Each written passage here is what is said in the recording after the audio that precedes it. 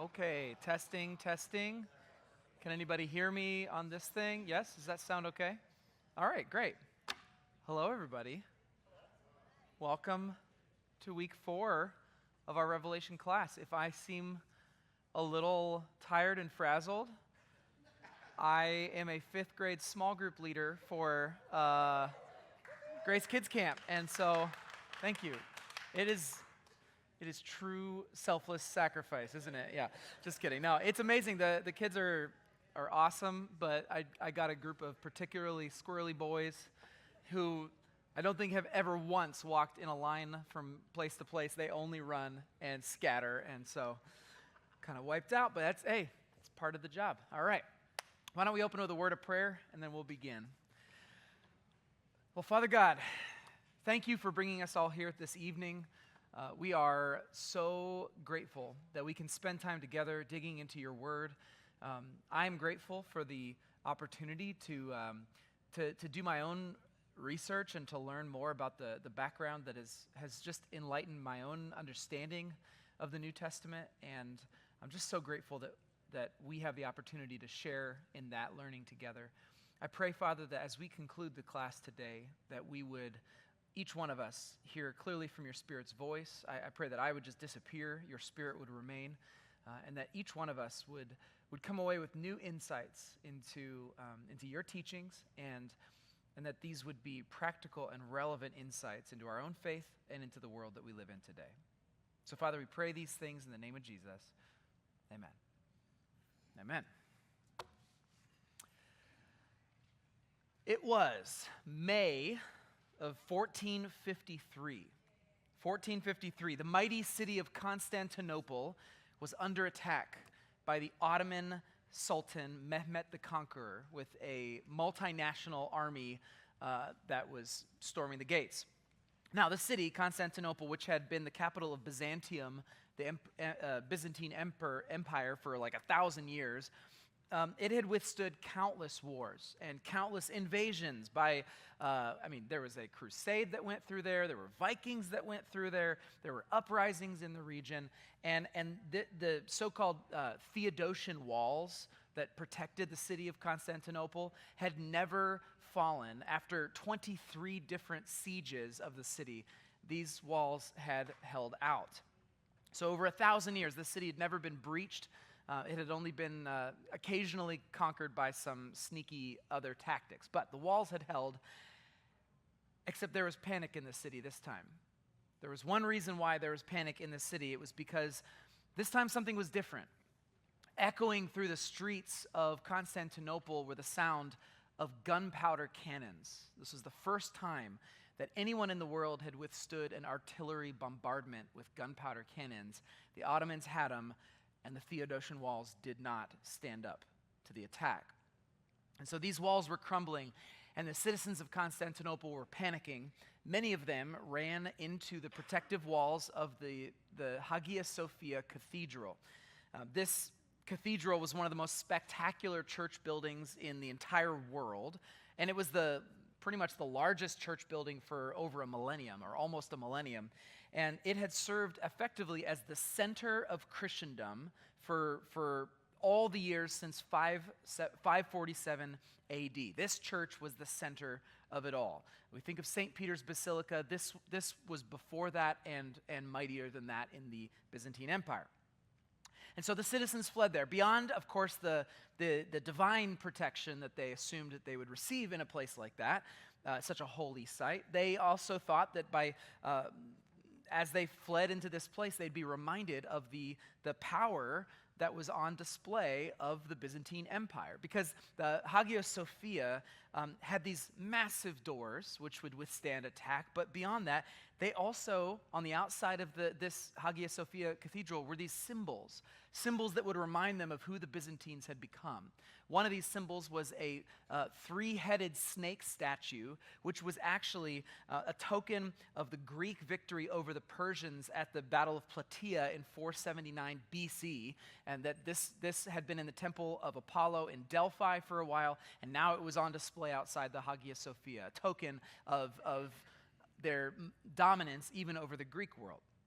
They also had right outside this cathedral an Egyptian column of the pharaoh Thutmose III, which was at this point in history 3,000 years old already. They had that on display. And probably most importantly, they had a 100-foot high bronze statue of the Emperor Justinian, the Emperor Justinian, and he was riding a horse.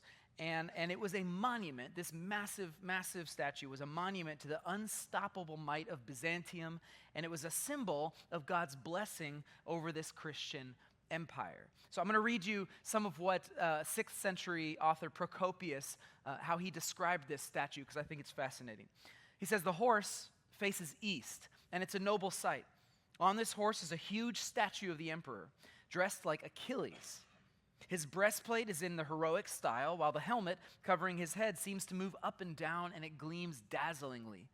He looks towards the rising sun, riding, it seems to me, towards the Persians. In his left hand he carries a globe, and the sculptor signifying by this that all earth and sea are subject to him, though he has neither sword nor spear nor other weapon, except that on the globe stands the cross, through which alone he has achieved his kingdom and his mastery of war." So no wonder these panicked citizens ran into the Hagia Sophia, because they found comfort knowing that this symbol of empire would protect them. It was a physical reminder that their unstoppable empire could not ever truly be threatened by a Muslim king who didn't even honor Christ.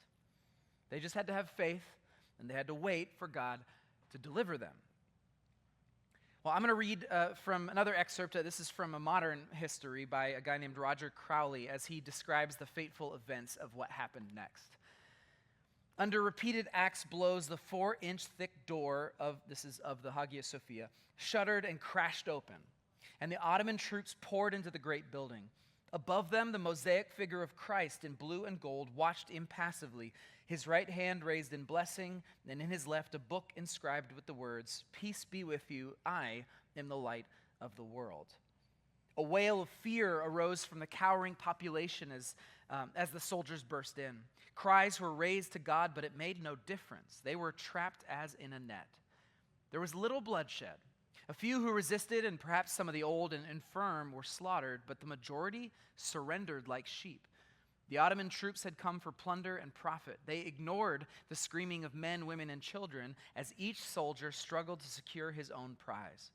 Young women were almost torn apart in the race to secure the most valuable slaves. Nuns and noble women, young and old, masters and servants, were bound together and dragged out of the church." This was the fall of Constantinople, May 29th, 1453.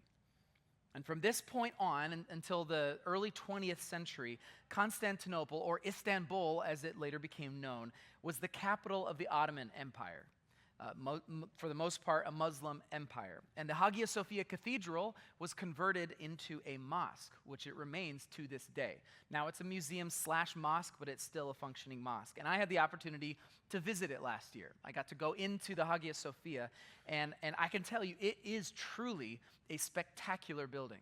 I understand why people considered it one of the wonders of the Byzantine Empire. And yet, I'll tell you, seeing the Arabic lettering everywhere in this building and hearing many Muslims praying in what was once a holy Christian cathedral is a sobering reminder of the big idea for basically the rest of this class, which is this: putting our trust in human empires is very, very risky for those who claim to be citizens of heaven.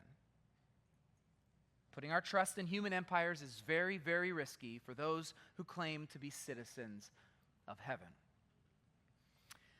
Okay, so with that sobering intro to the class, which probably yet again you're thinking, what does this have to do with Revelation? I'm sure you by now are kind of putting the lines together here.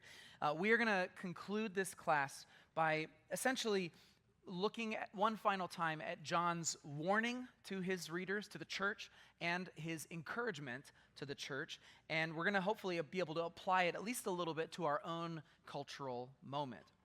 We're going to talk about some of the key images from the last the latter chapters of Revelation, like the prostitute of Babylon and the new creation. And we're going to talk finally about my theory that I've hinted at throughout this class, that the Roman Empire never actually went away.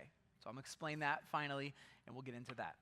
So let's talk real quick about what we've covered so far. Some major points to remember from this class that I think will be good to refresh as we go into this final week. Number one, let's remember that John was writing to churches in a very specific social location. It was the late 1st century AD. We're mostly in the Roman province of Asia, which is today Western Turkey. These were Greek cities that were under Roman rule. And this was at a time when the Roman imperial cult, the worship of the emperors and their families, was in full swing.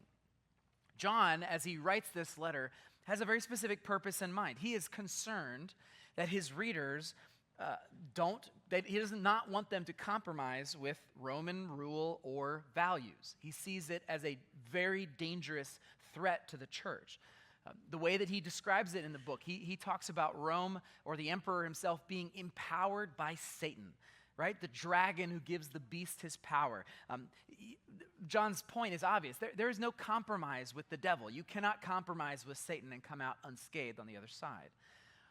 Rome, as we saw in week 3, Rome sees itself as the center of the cosmos, as the beginning of the new creation. But John wants his readers to understand, no, Christ is the true center of the cosmos. Christ is the one who is the Alpha and the Omega. The Roman emperor claims to be the Son of God, and John wants everyone to understand, no, that's Christ. He is the Son of God.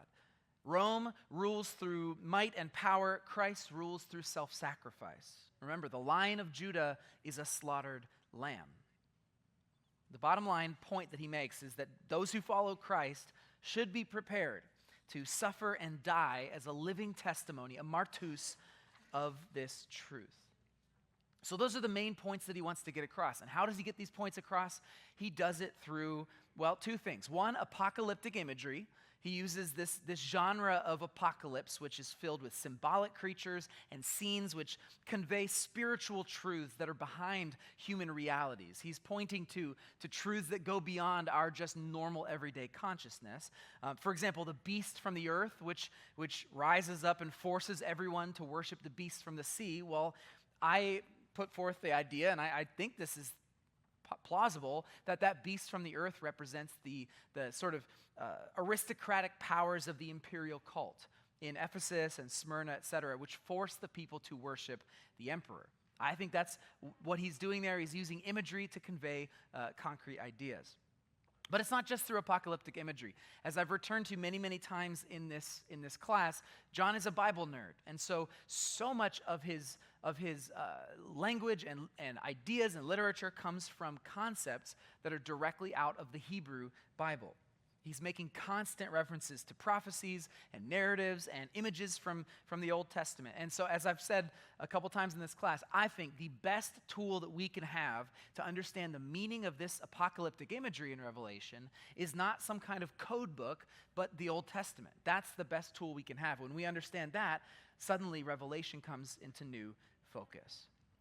Bottom line, the book of Revelation depicts the church's struggle against the powers of this world in a way that echoes across the generations. He's talking to his readers in the first century, but he's not just talking to them. He is conveying truth that should still be relevant to us today. And that's why we read this with what we've been calling a theopoetic approach, where we're not just looking at Revelation for historical stuff, we're not just looking at it for future fulfillment, we are looking at it as a depiction of the church's struggle against the powers of this world at all times, in all generations. Okay. So we're going to take all those threads now, and we're going to try to tie them together with this final image that really depicts the power of Rome, this prostitute of Babylon. So if you want to read with me, I'm going to be in Revelation 17. It'll also be up on the screen. But here we go. Revelation 17, verse 1. This is this is where John goes with his prophecy. One of the 7 angels who had poured out the 7 bowls came over and spoke to me. Come with me, he said, and I will show you the judgment that is going to come on the great prostitute who rules over many waters. The kings of the world have committed adultery with her, and the people who belong to this world have been made drunk by the wine of her immorality. So the angel took me in the spirit into the wilderness, and there I saw a woman sitting on a scarlet beast that had 7 heads and 10 horns, and blasphemies against God were written all over it. The woman wore purple and scarlet clothing and beautiful jewelry made of gold and precious gems and pearls. In her hand she held a gold goblet full of obscenities and the impurities of her immorality. A mysterious name was written on her forehead, Babylon the Great, mother of all prostitutes and obscenities in the world. I could see that she was drunk with the blood of God's holy people who were witnesses for Jesus. I stared at her in complete amazement. Okay, so who is this prostitute of Babylon? Sometimes referred to as the whore of Babylon, but let's just say prostitute.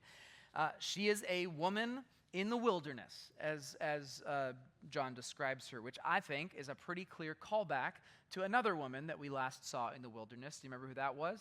That was the woman with the clothed with the sun and the stars around her head, the woman that represents the people of God. There's 2 women. They're both in the wilderness, but one of them is in hiding, and the other one is drunk on the blood of God's people. So this is clearly tapping into the Hebrew Bible's love of dichotomies. Read the book of Proverbs. There's the virtuous woman and the woman of sin, and you got to make a wise choice which one to follow. This is a motif from Scripture. So all that to say, we are primed to see this prostitute of Babylon as symbolic of a group of people. Just like that other woman was symbolic of the people of God, this woman is symbolic of another group of people. So who?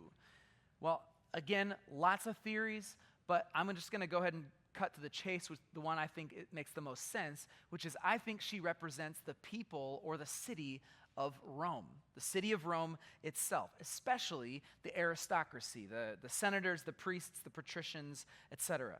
So here's why I say that. Here's why I think she is the Roman people in Rome itself.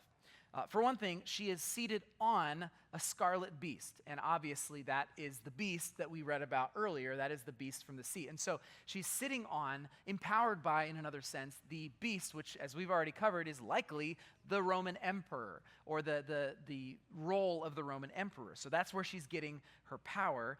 She's wearing clothes that have purple and red, and in ancient Rome, those who were of having power, those in the aristocracy, wore robes that had purple or red hems, and so I'm sure that's a reference to that. And then, of course, there's this in verse 9, the 7 heads of the beast that she's sitting on represent the 7 hills where the woman rules. Rome famously, throughout time, has been known as the city of the 7 hills. If you look at a map of Rome, you see those 7 hills that are the sort of the most prominent in Rome itself. It's been known from antiquity as the city of 7 hills. I don't think that's a coincidence. And so this woman is given power by the beast, the emperor, but she is distinct from the emperor. She's not just the emperor, and so I think she represents something broader. I think she represents, like I said, the city or the people of Rome.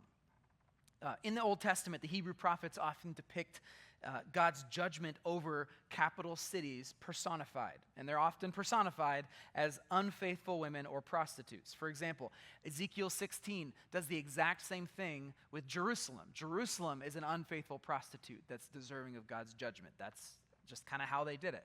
Additionally, Rome was often personified as a goddess named Roma, or literally Rome. So there's a goddess named Rome that was depicted in Roman art. It was thought of as the sort of the goddess that was the city and was worshipped as that. For example, when we talked 2 weeks ago or 1 week ago about the imperial cult, and we talked about how there was the original imperial cult temple in Pergamum. That Pergamum temple was a temple to Roma and Augustus. Okay, so the temple was to Roma and Augustus, the goddess city of Rome and the emperor himself. So that's who it was. All that to say, all the indications to me point to this woman representing Rome itself. I could be wrong. I've said it a billion times. I could be wrong. So if she's Rome, then why is her name Babylon the Great? I think that's a worthy question to talk about. Well, in the Hebrew imagination, the Hebrew biblical imagination, Babylon is a pretty clear symbol of basically the arch enemy of God's people, basically throughout the Hebrew Bible. You see Babylon show up as kind of the ultimate bad guy for a pretty clear reason. Most of the scripture that we have reached some form of its later form in the exile in Babylon. And so the people who brought the Bible to bear in the world were the people who most suffered at the hands of Babylon. But you can see that conflict reaching back really, really far. Babylon, by the way, has actually showed up a couple times in the history of humanity. The old Babylonian Empire went all the way back to the 19th century BC. So we're talking like almost 4,000 years ago from today. The Neo-Babylonian Empire, though, the one that actually took the Israelites into exile, was closer to the 7th or 6th century BC. And that's like I said, when the exile happened. But if you read the book of Genesis, even there, Babylon is depicted as sort of this, the archetype of human depravity. It's the place where the Babel Tower is built, and it kind of like represents rebellion to God. So this is all through the Hebrew Bible. And so when you get to the New Testament imagination, this isn't the only place you see this, you get a sense of Rome as sort of a new or a completed Babylon. It's like the worst, most complete fulfillment of Babylon. And think about it, it makes sense. Both of these, in their respective times, were global superpowers. Both of them were economic powerhouses. Both of them, Babylon and Rome, both destroyed Jerusalem and the temple in Jerusalem. Babylon in 586 BC and the Romans in 70 AD. And in both cases, we have scriptural texts that talk about the danger of assimilation. Assimilation with these empires is seen as a threat to the people of God. I mean, read the events of the book of Daniel. That's exactly what they're talking about. If you assimilate with Babylon, you will be unfaithful to Yahweh. So as with so many other images in the book of Revelation, this woman, this prostitute of Babylon, I see her as a multi-layered symbol which has its basis in a historical empire, Rome, but it telescopes out. It telescopes back to Babylon. It telescopes forward to all future human empires. What she represents is human empire personified. So we're looking back, we're looking forward. She is a multi-layered symbol. And so John, by depicting her in this way, he is presenting a very clear warning to his readers. The prostitute of Babylon, this archetype of human empire, is drinking your blood. She's drinking your blood. You must not come under her spell like so many others. Why? Because she is destined for destruction. She's destined for destruction. So let's read a bit about that and how that begins. Skip down to verse 15 if you're following along. Then the angel said this to me: the waters where the prostitute is ruling represent masses of people of every nation and language. The scarlet beast and his 10 horns all hate the prostitute. They will strip her naked, eat her flesh, and burn her remains with fire. For God has put a plan into their minds, a plan that will carry out his purposes. They will agree to give their authority to the scarlet beast, and so the words of God will be fulfilled. And this woman that you saw in your vision represents the great city that rules over the kings of the world. All right, so let's take just a second here. What is John trying to convey about Rome or about empire as he describes the beast sort of turning on her? Well, first, let's talk about this image of waters. He mentions a couple different times in what we've read these great waters that she rules over. Well, the waters are most likely an image for great rivers. Almost all of the major human empires that we see opposed to the people of God in the Bible are on major rivers. You've got Egypt on the Nile. You have Assyria on the Tigris, Babylon on the Euphrates. You've got Rome on the Tiber. Each one of these different cities had a major river flowing through it. Without getting too nerdy, there's a reason for this. I think maritime empires had yet to become, until Rome, we'll get to that later, but maritime empires were not really where the wealth was. Where the wealth was for most of the time BC was in rivers which you could use to irrigate vast amounts of crops. That's where you got wealth. Compare that to the relative scarcity of water in the Judean hillside, where the Israelites had to depend on God for rain. That was the way that they got their crops. Whereas Nile, the Euphrates, the Tigris, they could channel the river. They could do great works with these rivers to be able, with their own power, to be able to meet their own needs. This is a really deep layer in the symbology of the Old Testament. But regardless, that's what this means. Rivers were consistent water that human ingenuity and power could harness to provide for human needs. And that's why they had so much incredible wealth. Just for what it's worth, again, John's a Bible nerd. I'm just going to read this passage, which is clearly part of the background of this talking about waters, from Jeremiah 51. The Lord, and it's about Babylon. The Lord has both planned and done what he spoke concerning the inhabitants of Babylon. You who live by mighty waters, rich in treasures, your end has come. The thread of your life is cut. Okay, so that's the waters. I also want to point out what John says here in verse 15, that the waters represent masses of people. What does that mean? Well, he mentions different letters, different words here. In the NLT, it's kind of lost, but he has 4 different Greek words to describe these masses of people. Laos, peoples, oklos, multitudes, ethnos, nations, and glossa, which means languages. And basically what he's doing is he's describing everybody. This is just, he's overdoing it with his different vocabulary to be able to describe humanity. This woman sitting on the beast on the 7 hills, she rules over the kings of the world. This is not just a kingdom, it's an empire. Okay, that's the definition of an empire, is king of kings. When a king rules over other kings, it's an empire. Okay, so now let's talk about this beginning of her destruction or her demise. It's really fascinating to me the way that John describes the beast itself being the cause of her demise. The beast is devouring her. The beast hates her. Well, there is a very, very clear parallel between this passage and something that we read in Ezekiel 23. Again, have I mentioned John's a Bible nerd? Have I said that? He is. And obviously Ezekiel was his favorite book. So again, read Ezekiel sometime and then read Revelation and you'll get all kinds of new connections. But there's this passage in Ezekiel 23. It's an allegory about Jerusalem, and but Jerusalem is being represented by, you guessed it, a woman named Oholibah. And I don't know a ton about the passage, so I'm not going to go too deeply, but it's worth reading and just recognizing all the parallels here.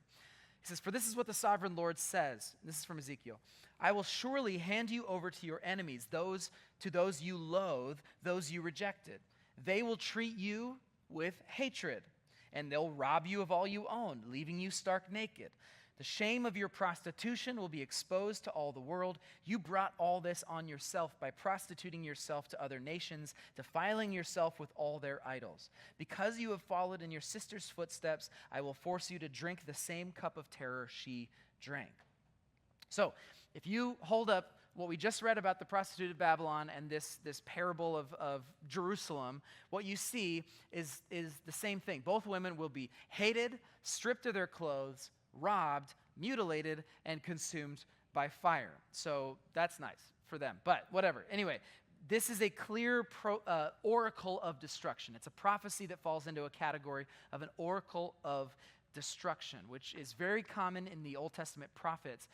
But I think there's another layer to this. So yes, he is saying, Rome, your days are numbered. The human empire represented by this woman will come to an end. But there's a deeper layer here because, like I said, it's not just that this empire is going to be destroyed by external enemies. It's being eaten from within. I find that so fascinating that the beast, the emperor, is the one that is consuming and doing damage to the people of Rome. Well, a little bit of history. From the very beginning of the Roman Empire, emperors always had a really hostile, I'll call it, relationship with the people of Rome and with the aristocracy. And it makes sense because they had to it was kind of a cutthroat world, and if they didn't defend their power, if they didn't snuff out their opposition, then they might be overpowered, they might be cast out of their role, etc. So There's a lot of getting in bed with one another. The emperor often had to get senators on his side, etc. But for the most part, these senators kind of had this love-hate relationship with the emperor. They were made wealthy by the emperor and powerful by their association with him, but they were also completely at the mercy of the emperor's whims. And we see so many times stories of the emperor just flat out just killing people because he wanted to, or arranging for someone to be forced into doing a suicide, or they'd force people to marry people they didn't want to marry. And it was just like they had just complete power. And probably the most extreme example of this was one called Caligula. Maybe you've heard that name before, Caligula. His real name was Gaius. Caligula literally means little boots. Which is this doesn't matter, but it's Little Boots. I just find that he's got such a diminutive name because he was the son of Germanicus, who was like going to be emperor but wasn't, and he went off he was fighting the Germans, and Little Boots was the little son of this general who wore little boots and a little military outfit and went out on campaign, and the soldiers loved him, and they all knew that one day he would be the emperor. So Little Boots became emperor, and then he basically just was the most awful possible person. I mean, he would constantly, intentionally disrespect people of distinction. In public, he would do things that would humiliate them. He would just talk trash about leading figures. He would show his power by forcing them to do humiliating things. He would launch these treason trials against the Senate. He even would force some senators and equestrians, kind of the knights of Rome, to fight in the arena as gladiators. Like that was for the entertainment of the populace. Think about that. So again, that reminds me of that Lord Acton quote, "Power tends to corrupt. Absolute power corrupts absolutely." Well, that's exactly what happened with Little Boots. He got completely corrupted by his power. He didn't reign very long, but he caused massive damage to the people and the aristocracy of Rome.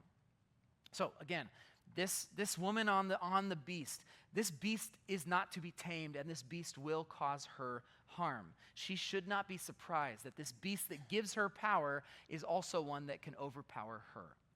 Yet again, John's warning to Rome, and then by association, all who would want to be a part of Rome, is pretty clear. Look, don't get on board this sinking ship. If you get on board this sinking ship, Rome's days are numbered and yours will be too. That's his warning. So the prophecy, the oracle of doom is out there that this empire is going to fall. But with the fall of a massive empire come a lot of knock-on effects. There are a lot of different types of people who are going to be affected by this development. And so John continues in his oracle to describe the different categories, 3 different categories of people who are going to be devastated by the fall of Rome, aka the destruction of this woman, the downfall of the beast, okay? So chapter 18, John begins to talk about these categories of people. So we'll start with verse 7 of Revelation 18. He says, "She glorified herself and lived in luxury. So match it now with torment and sorrow. She boasted in her heart, 'I am queen on my throne. I am no helpless widow, and I have no reason to mourn.' Therefore, these plagues will overtake her in a single day. Death and mourning and famine. She will be completely consumed by fire, for the Lord God who judges her is mighty. And the kings of the world who committed adultery with her and enjoyed her great luxury will mourn for her as they see the smoke rising from her charred remains. They will stand at a distance, terrified by her great torment." So who are these kings? Well, these kings are those, first of all, kings, those who challenged Rome were crushed, but those who got into bed with her got to enjoy her luxury and her power. That's just the basic truth. If you were a king in the ancient world or the ruler of a people group and you got into bed with Rome, things were going to go great for you. And if you tried to stand up to Rome and challenge her, you were going to be ground into dust. Okay, some examples of how this kind of played out that have come up and kind of stood out to me in relation to the book of Revelation. In 133 BC, the ruler of the region of Pergamum, ruling from Pergamum, was a guy named Attalus III, and he died without an heir. And so what he chose to do for the sake of his city was to actually give Pergamum, the city-state, to Rome, like in his will. And so he did that. Pergamum became Roman property, basically. And from that point on, Pergamum was where a ton of the wealth from Asia Minor began to flow into Rome. Roman influence began to flow into Asia Minor. And as we saw later, is the place where the Roman imperial cult, the provincial Roman imperial cult, was founded. It was the first place where that temple of Roma and Augustus was made. And so it's no surprise to me, with a city that was given to Rome and became the epicenter of Roman power before Ephesus became the capital, that city would be called by John the seat of where Satan has his throne, right? We talked about that in week 1. So that's what happened with Pergamum. The kings of Pergamum got in bed with Rome, and things went great for them. On the other side, we can look at the stories of the conquests of Gaul by Caesar. If you remember a little bit of the history, we covered Julius Caesar spent 10 years as the governor over Gaul, and he was constantly at war with the barbarian tribes there. And over the course of those 10 years, reportedly over 1 million people perished in those conflicts. And just keep in mind, this is the ancient world. 1 million people, it would be like talking like 1 billion people today. I don't know, I made that up, but it's a lot. It'd be a shocking amount of people for the number of people who were even alive at that time. So one of the I think battles that I find so fascinating, there was this Gallic barbarian chief named Vercingetorix. I think I'm pronouncing that right. And he was probably the closest anyone ever got to defeating Julius Caesar, because they had this big battle and Julius Caesar ended up besieging the city, one of the Gallic cities where Vercingetorix was holed up, and then the Roman army itself got besieged. Actually, it might have been that Vercingetorix came to relieve the city, and so he and his army besieged the Romans who were besieging the city. So the Romans suddenly were basically surrounded. They're still fighting the guys coming from the city, and they're fighting the guys that are surrounding them, and they managed to win. They were massively outnumbered, and yet they, because of Julius Caesar's strategy, and their will and their complete inability to surrender, they just won the day and completely, officially demolished the Gallic resistance. And so 51 BC is when that happened. And I tell you that because within 1 century of that Gallic resistance and the Battle of Alesia, as it was called, within 1 century, the Gauls rulers went from these vicious, long-haired barbarians to, and I'm not joking, Latin-speaking, toga-wearing, emperor-worshipping client kings. Okay, that's what happened to Gaul as they got crushed under the boot of Rome. There was a city called in Gaul, Lugdunum, which is modern-day Lyon. And Lugdunum was kind of the capital of one of the territories in Gaul. And they built an altar to, guess who? Roma and Augustus, and in 12 BC. It was inaugurated in 12 BC. And noblemen from over 60 different Gallic tribes flocked to its opening. So I tell you that to say, they tried to put up a fight, got demolished, and the moment they got into bed with Rome, things started going really, really well for Gaul. So much so that eventually, skip forward another 80 or 100 years, and you actually have Gallic senators in Rome. It's wild. It's crazy that would happen. Okay. Another example, Cleopatra in Egypt. We won't go over that whole story, but she literally got in bed with Julius Caesar and then later with Mark Antony after him. And basically what she was trying to do, she was the last of the Ptolemaic dynasty, and she really wanted to consolidate her power by getting in bed with the biggest dog in town. And it worked until she died because she chose to be with Mark Antony instead of Augustus. Long story short, she died. So, killed herself. Doesn't matter. All right. That's just another example. But here's one that is interesting from a biblical standpoint, Herod the Great. Herod the Great. I don't know if we often think about how deeply he was intertwined with Rome, but he was. His father, first of all, had really good relations with Julius Caesar. And so Herod, even when he was a really young man, was actually appointed the provincial ruler over Galilee in 47 BC.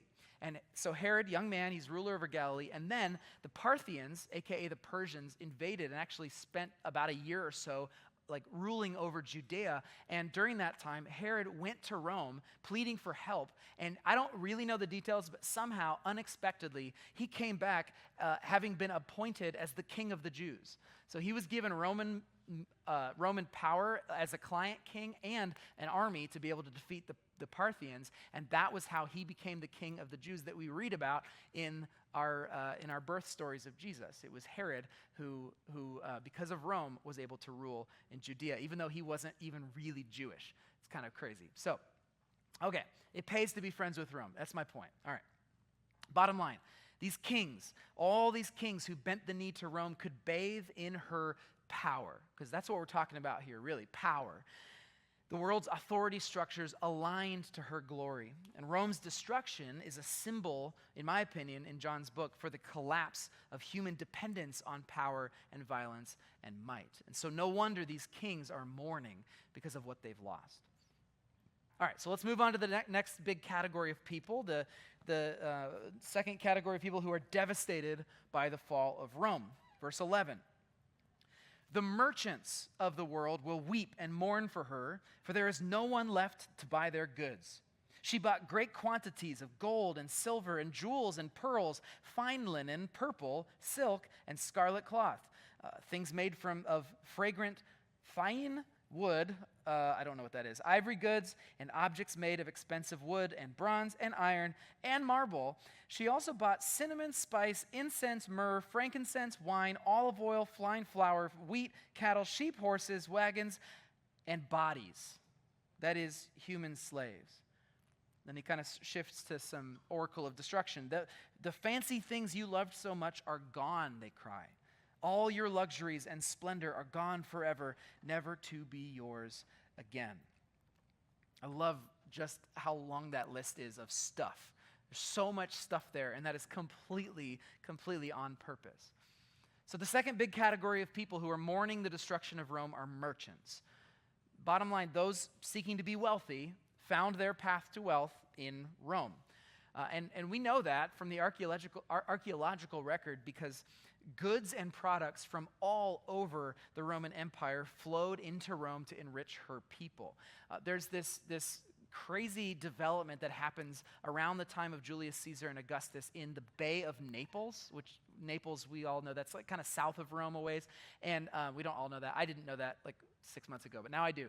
Naples is over there. They had that was like, Rome didn't have like a big port, so Naples was kind of its port. And so all the wealth from the world was flowing in through Naples, and it also happened to be a really beautiful, scenic bay. And so all the aristocracy would build their summer homes there, or I guess they wouldn't need summer homes. I don't know, whatever. It's beautiful weather. They build their villas there overlooking the Bay of Naples, and they could eat oysters, which were like a delicacy at that time. It was absolutely crazy. That was also the first place we found in the historical record hanging hot tubs. Probably also the last place, because I don't think those keep happening. But there were hanging hot tubs where people could get into these like iron baths and like crazy stuff.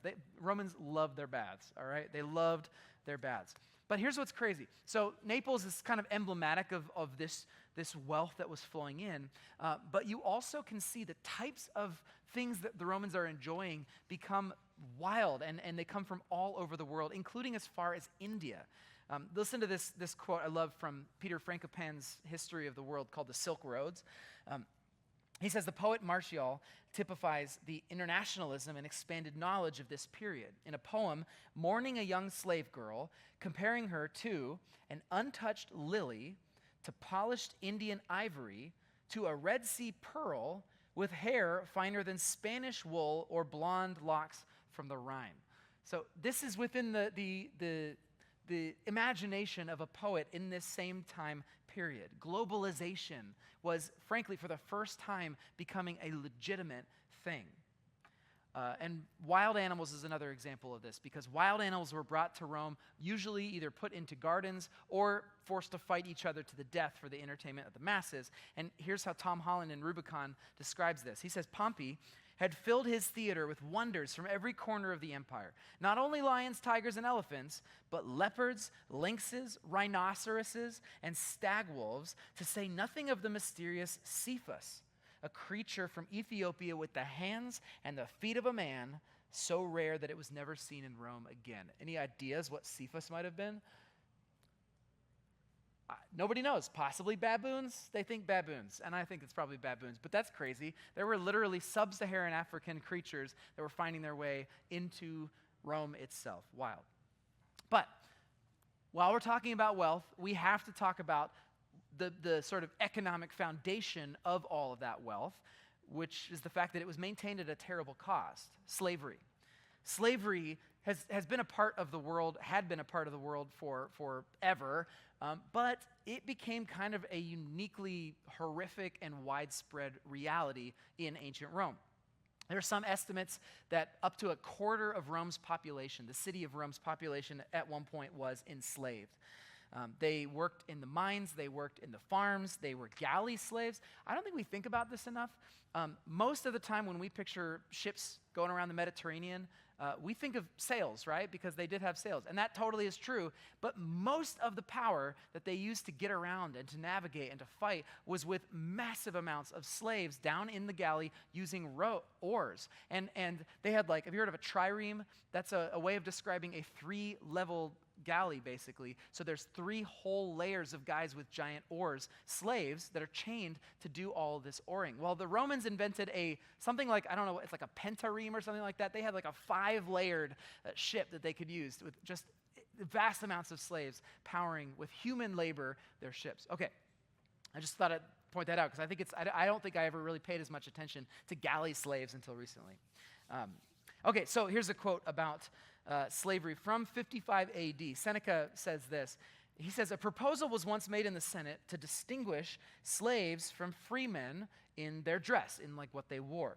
It was then discovered how dangerous it would be for our slaves to be able to count our numbers. So they shot down the proposal because they realized, oh wait, if we give all the slaves a uniform, they're going to look around and realize, oh, there's a lot of us and we could probably take these guys on. And they tried a couple times. There were some major slave revolts that almost brought Rome to its knees. Neither here nor there. Some slaves in ancient Rome gained positions of power and some elevated positions, but most of them faced horrible, dehumanizing, just terrible, terrible conditions. One story that has really stuck with me, I just find it uniquely horrifying for a lot of reasons, but Nero, famous Nero emperor, he kicked his pregnant wife to death, as one does if you're a Roman emperor, apparently.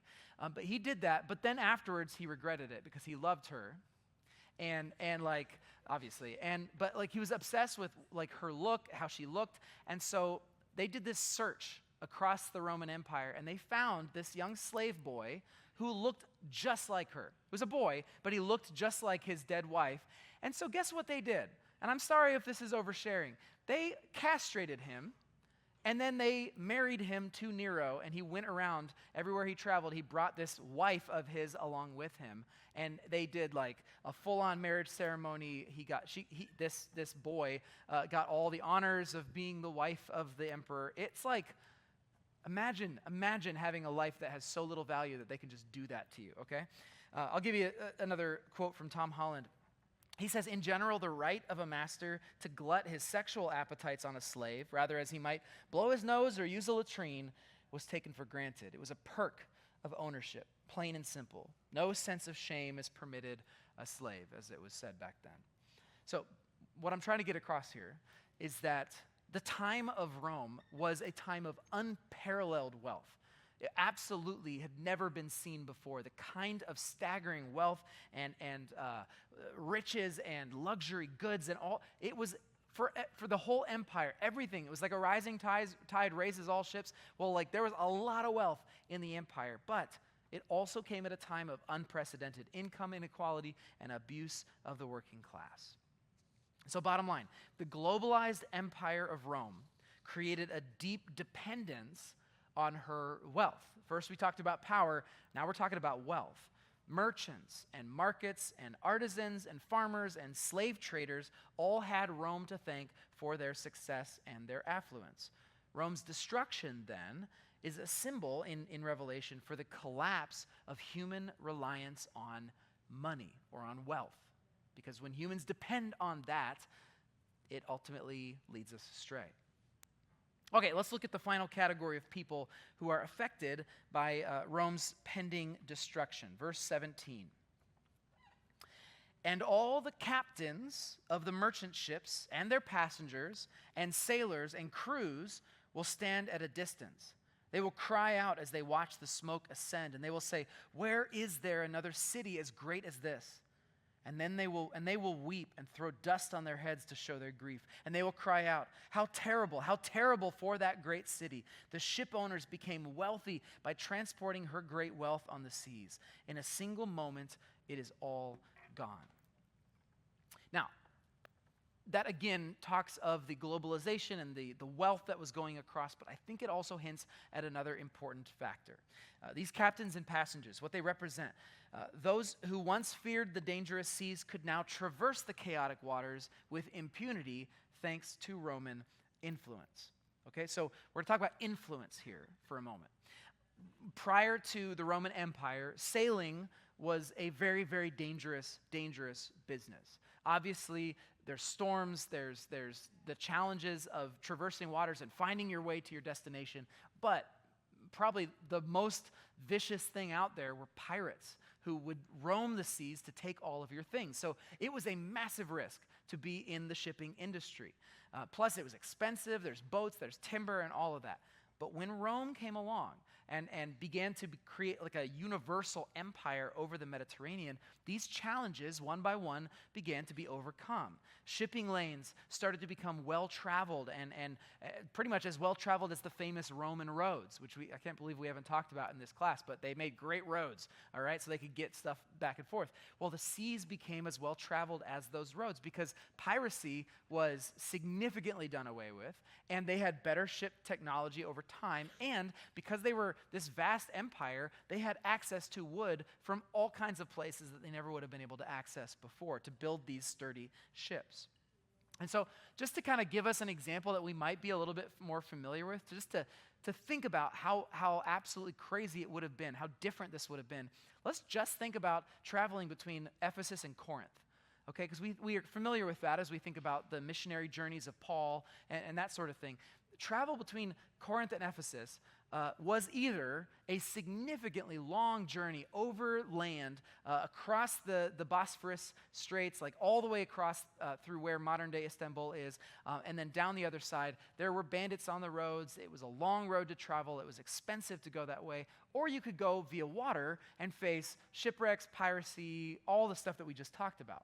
But when Rome came along, they so ordered and brought peace and stability to the region that we see, even just in our own Bibles, the evidence of just a number of different trips back and forth. So, for example, we see that Paul sails to Ephesus in late 52 AD from Corinth. Okay, so he was in Corinth, travels to Ephesus. And then a delegation from Corinth gets to Ephesus, we presume sails, but we don't know, gets to Ephesus in 53 AD. And Paul writes 1 Corinthians, which presumably this delegation then sailed back to Corinth to take.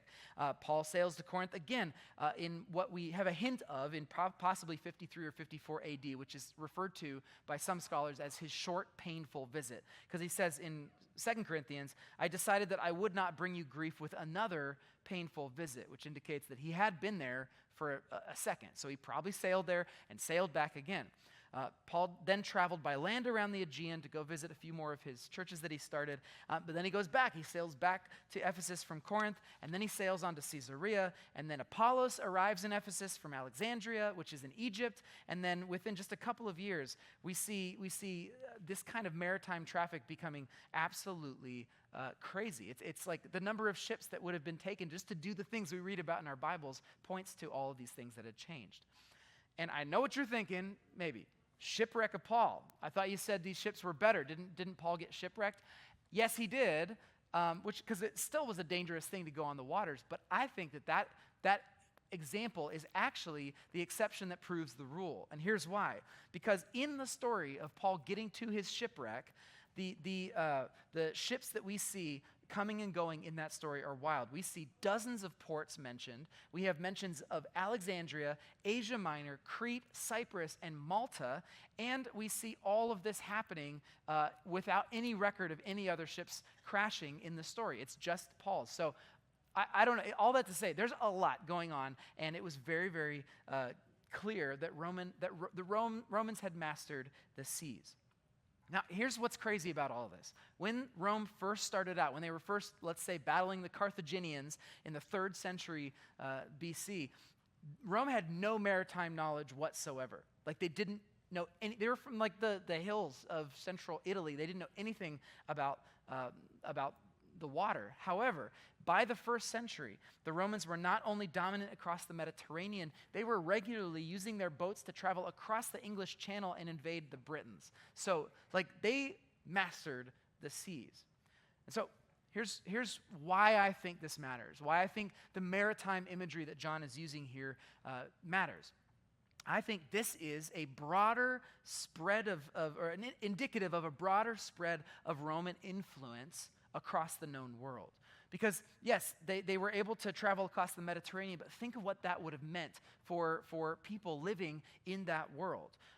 They began to have ideas and connections with one another across the Mediterranean. People from Spain and people from Antioch would have rubbed shoulders with one another. These ideas were beginning to spread. We also see that certain institutions began to shift from just urban institutions, like just something of Ephesus, to provincial institutions, because people were starting to get connected to others in their province and develop a shared identity. Suddenly we have the province of Asia as the way that people are talking about their world. The second century Greek philosopher, Aelius Aristides, he said when he was talking to one of the Roman emperors that Rome had surpassed all former democracies by including the whole world in their government, either as citizens or as those who are governed. Put simply, Rome had brought all the nations that they knew about, at least, together. Even as far off as Germania and India, people were together under this influence of a globalized Rome. The world, as Aristides said, had become like one city. One city. So much so that people from far across the sea, as we just read, will lament at her destruction. Bottom line, the far-reaching Roman Empire had unshakable influence across the known world, right? It's why they say, where is there another city as great as this? Its reputation drew disparate peoples into its orbit and convinced them that they were at the apex of human achievement. Rome's destruction in Revelation is a symbol for the collapse of humanity's trust in the eternal advancement of man-made culture. Influence. Now, although this is just a very brief summary of what we read in Revelation 17 through 18, the picture that John is painting here is pretty clear, in my opinion. The power, the wealth, and the influence of Rome will come crashing down. And with it will come crashing down all of those who hitched their wagon to her. So remember, I said that the book of Revelation serves as a stark warning to the church. Well, here's where John's message gets the most visceral in its context, in my opinion. Now remember, the original audience who first read this were people living in the bask of the glory of, they were basking in the glory of Rome in the province of Asia. They lived in Greek cities that were completely under Roman control. They were not living at the epicenter of the Roman Imperium, because that would have been in Rome, but every part of their lives, in Ephesus, in Smyrna, in Laodicea, every part of their lives was touched by Rome. Roman power played out in the fear and the reverence that citizens in Asia were expected to display. Remember, we talked a couple weeks ago about the crucifixions that were so common. Roman might was enforced by these horrific deaths. Rome's wealth was a constant draw for those seeking to better their circumstances. Remember, in week 3, we talked about all the economic ties that came between worship of the emperor and successful businesses and tax benefits. It all was connected, right? Roman influence gave structure to the social trajectory of people's lives. Remember week 1, we talked about the Nicolaitans and the high-class parties that people would go to that were filled with meat sacrificed to idols and prostitutes. And it was these Nicolaitans who were encouraging Christians to relax and go to these things. And it's okay, it's not a big deal. And that was the world that these people were living in. And remember, in week 3, we talked about how many opportunities were unlocked by the Roman imperial cult, who gave aspiring young aristocrats a new way to make a name for themselves. That was Rome's influence at work. And so we see the effects, in my opinion, of all 3 of these components of Roman rule, power, wealth, and influence, showing up as hints behind the warnings to these 7 churches in chapters 2 and 3. For example, the church in Ephesus is suffering and losing passion. You might lose passion too if you saw all these incredible Roman monuments going up all around you. The church in Smyrna is facing imprisonment and death, according to John. The church in Pergamum, as we already covered, they lost a brother to martyrdom. And I mean, again, are we surprised? That was the city that was the first one to have a province-wide temple dedicated to the emperor.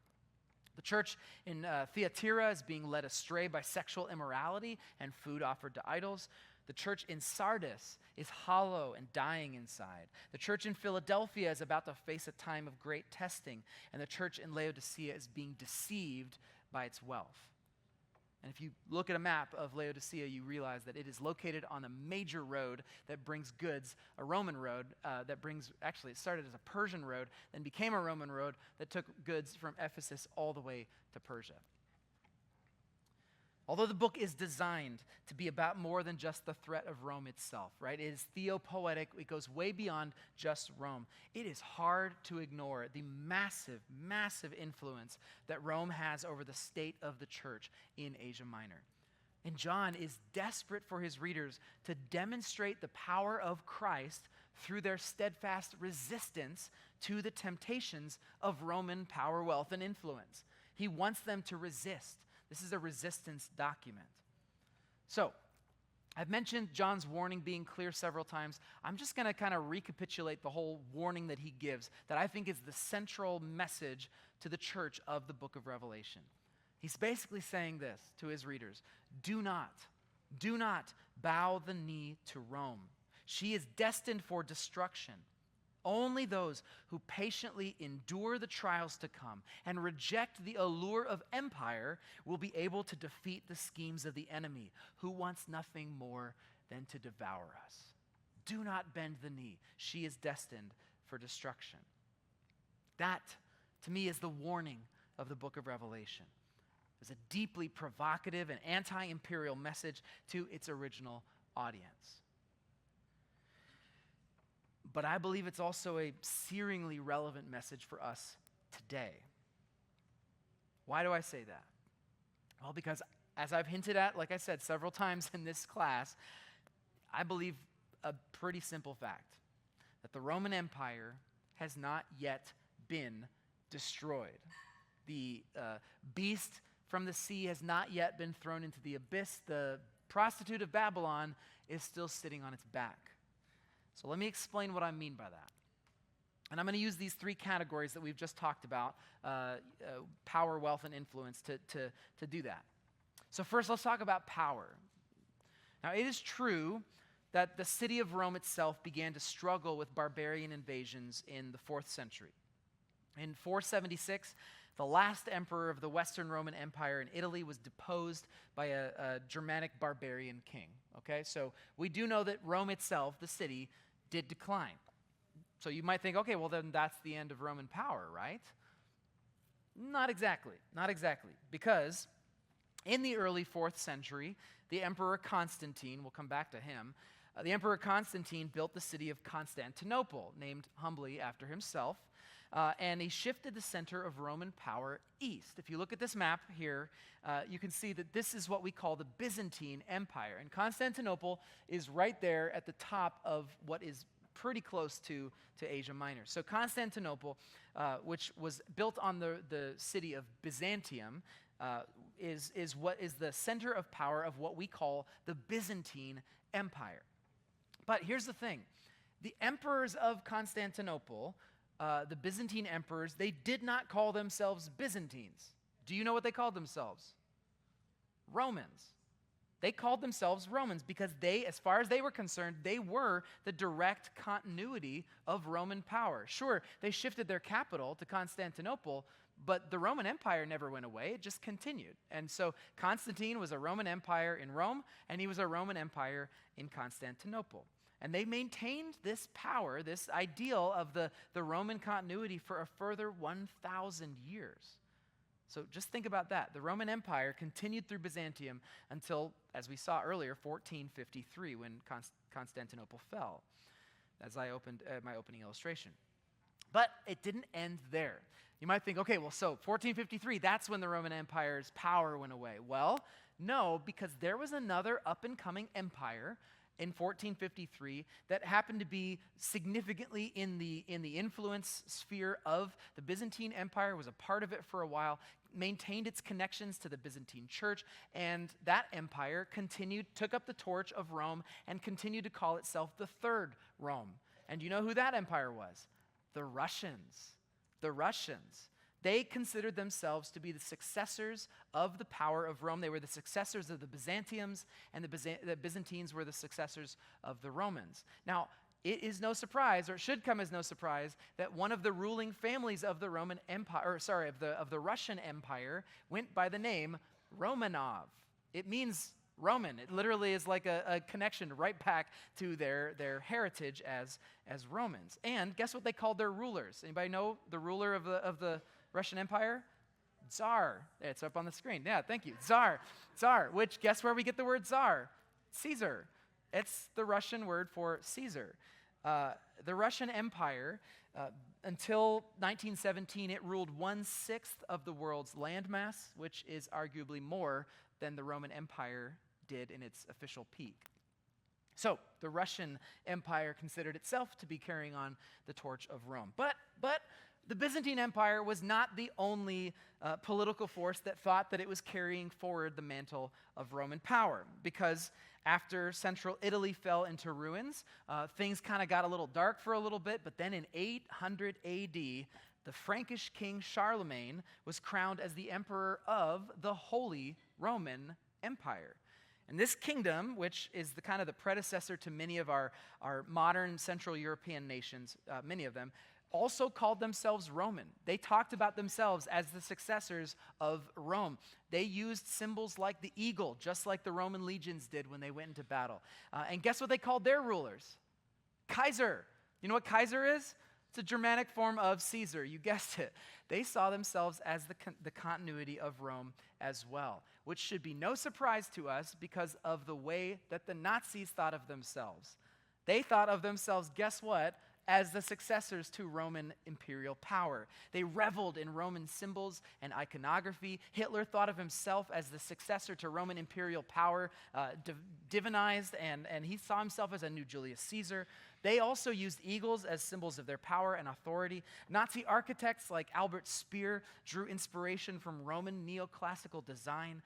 And the Nazis even decided to mimic the Roman salute, a gesture that I will not do, but I will describe as and you'll see it on the screen, as a right arm fully extended, facing forward with the palm down. Guess who started that gesture? You guessed it, the Romans. It was theirs. So my point in this is that all these empires or would-be empires, they all saw themselves as the direct successors to Roman power. But this isn't just history. This isn't just history. We can even see the legacy of this torch passing happening today. In February of 22, when Putin invaded Ukraine, his aim, which he has stated clearly, was to retake land that was once a part of the Russian Empire. And journalists have done interviews with him where he has explicitly spelled out that he is trying to recapture the glory of the Russian Empire, which they call the Third Rome. So it's happening even before our eyes. We are seeing the legacy of Roman power continue to draw blood. This legacy of ashes and death and military might, I don't believe that it has ever truly gone away. So that's power. And we can talk a lot more about power, but let's move on to wealth. Well, as I talked before about the globalized economy, all of that, like I said, was made possible by Roman dominance, by Roman engineering, by Roman supremacy. Unheard of luxuries became commonplace for the elite. Now, there has always been vast income inequality in basically every human kingdom or empire throughout all time. That's just kind of the way the cookie crumbles, it seems, in human empires. However, the Roman era, which we talked about before, where there are like rhinoceroses in Rome and Indian fabrics being used in Spain, like this brought a whole new level to what we would think of as a globalized economy, and it unlocked a new level of wealth and prosperity for a far greater number of people. Not only, first of all, did they mine a bunch of precious metals and put them into circulation. I'm sure a lot of the gold we have today started out being mined by a Roman slave. A lot of that was put into circulation. But the Romans also expanded the scope of who could be considered the elite of our world. So think about all these cities. Think about Ephesus, this free city of Rome, which is not Roman. It's a Greek city, and yet now, because of Roman power, there are all these new offices for these young aristocrats to seek. And there are new ways to develop wealth and new opportunities for you to make your money as these merchants across the sea are doing. And so all of a sudden, the elite are not just in the capital. They are all over the Roman Empire. As long as they bow the knee to Rome and to Caesar, they can become fabulously wealthy in ways that nobody had ever even thought possible before. It was the globe was being unified under a new mega economy. And in my opinion, it was an entirely new class of wealth that frankly has echoes throughout Western civilization even today. I mean, just think about our own culture. Think about American culture and our economy as it stands right now. Think about consumerism. It's no longer okay to just accept your lot in life. Like, that is like a cultural given. You are supposed to what? Achieve, overcome, pull yourself up by your bootstraps so that you can become wealthy. That's the expectation of every American citizen. It's a birthright.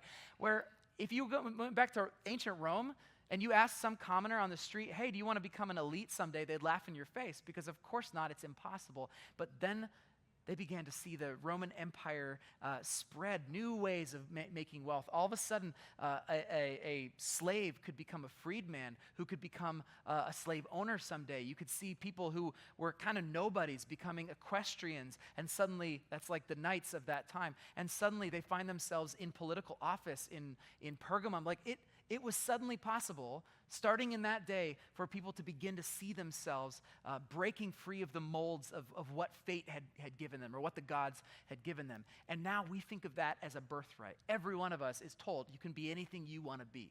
I think that is a legacy of something that began for the first time in human history under the power of Rome. Let's also talk about the way we talk about our economy and our market. And this is just one of my little bees in my bonnet that I go on about, and no one else seems to ever care, but I'm going to say it because I still think it's fascinating. The way that we talk about our market, the U.S. market, right? We talk about it as if it has a will, don't we? We talk about it as if it has desires, as if it reacts to things. We talk about it in a personified way. In a way, it is really not so different from the way that people in ancient Rome or Greece would talk about the gods that had power over their lives. And what do all of us do as an expectation of our American life? We make sacrifices to that market. We actually make sacrifices from our income. We give to that market in the hopes that it will one day bless us in return. I'm just saying, I'm not like trying to decry retirement savings here. I'm just saying that it is so interesting that doesn't really make us bat an eye at all in our culture. I'm just saying. Okay, another example, income inequality.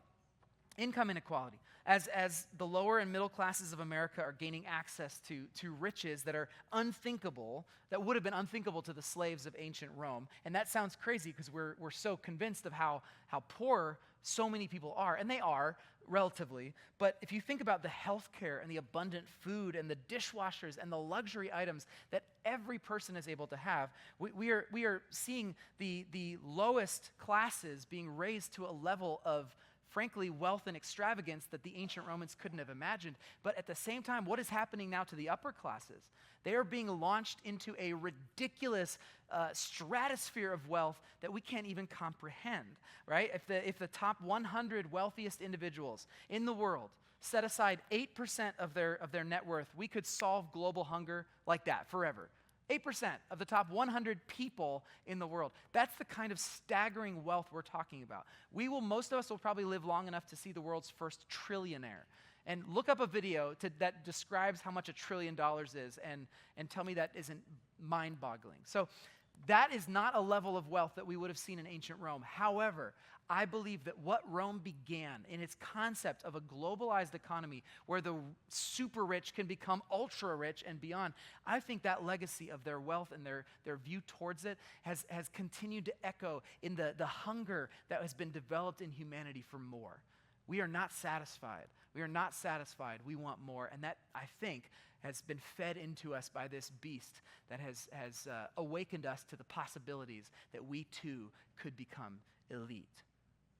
My point is that the Roman Empire began a new era in human wealth that has never been seen on earth before.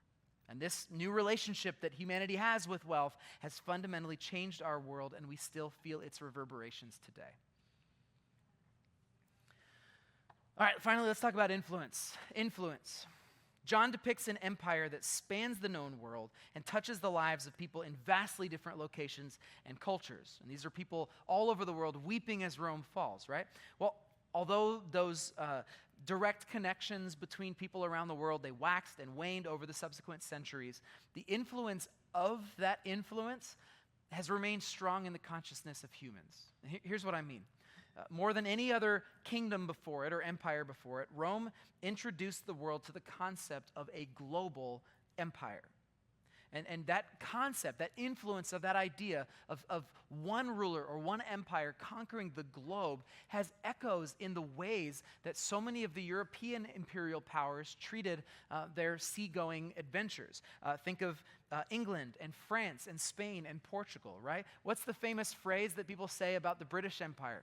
The sun never sets on the British Empire, right? That concept of a global empire, I think it was set off and begun in Rome. In each one of those cases, as these empires spread across the world, just like the Romans, they tried to recapture that unstoppable glory of an unstoppable military force that could bring the light of civilization to the primitive, barbaric peoples of the world. That's how the Romans saw themselves. If you were to just put some statements from Roman, high-minded Roman imperialists up against those from England or Portugal, you would find the exact same type of language. They were out to civilize the uncivilized. Now, before we shake our heads at them and say, oh, those imperial powers, I'm so glad that those are all gone, let's not forget what our country has become since its founding. And I'm sorry, I love our country, but I have to just shoot straight a little bit here. We too have been massively influenced by Rome. We'll start with some of the more neutral stuff, like our architecture. I mean, the architecture of our capital is absolutely designed with Rome in mind. We love to recapture the classics of Greek and Roman architecture that makes us feel like we are a continuity of that ancient past. The founding fathers, they all were reading constantly things like Cicero and Tacitus and Seneca. They got ideas in their head of what human civilization should look like, what does it look like to grow. And we see it reflected in our Constitution. We see these civic structures that are absolutely echoes of the way that Rome, the Roman Republic at least, was structured. Things like separation of powers and checks and balances and term limits and the Senate. We have a Senate just like ancient Rome. And as all human empires tend to do, we also are influencing our world in a way that is not too dissimilar from ancient Rome. I mean, we are leading the charge in globalization, right? We are influencing people all across the planet. We are allowing our values and our economy to shape the global consciousness. We are conquering with both hard and soft power those who would stand against us. And in many ways, the United States has kind of become the new Roman Empire. Or at least what I'll say is that we have become at least the new Roman Republic. And if you remember the history that we talked about, the Roman Republic fell when Julius Caesar kicked off the beginning of the empire. So maybe we're not there yet. Maybe we haven't reached Roman Empire status, but we sure are happy as the new Roman Republic. But, you know, all right, I made an offhand comment about this in week 1, but I found the quote where I got this from, and I thought I'd share it with you because it's interesting. One example of this is from Michael J. Gorman. One example of the impact that reading Revelation with persons from other cultural contexts can have is the experience of American biblical scholars who have taught Revelation in places like South America and India, where they have often found their students unanimously and unhesitatingly connecting the beast of Revelation 13 to the United States. Ugh. Like, again, that's kind of wild. The allure of a global empire, of a world-spanning influence that we might have, it is never gone away. The influence, at least the influence of Rome, is still affecting our country today.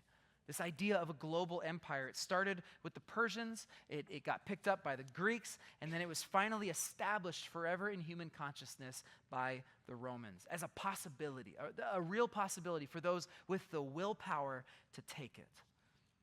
The merchants and the travelers from Revelation 18, they asked, where is a city as great as this? And I would just ask, how often have we sought to have the same question asked about the empires of our day? All right, you get my point, all right? I'm getting a little preachy here. You get my point.